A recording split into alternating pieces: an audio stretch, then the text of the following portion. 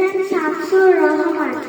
মেঘনা নদী দেব পারি কলালার এক নায়ে, আবার আমি যাব আমার পাড়াতলি গায়ে।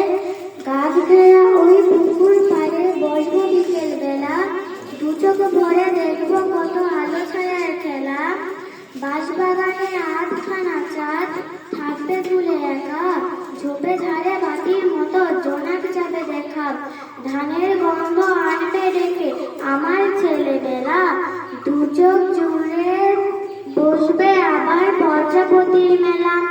হঠাৎ আমি চমকে উঠি হলদে পাখির ডাকে, ইচ্ছে করে ছুটে বেড়াই মেঘনা নদীর বাঁকে।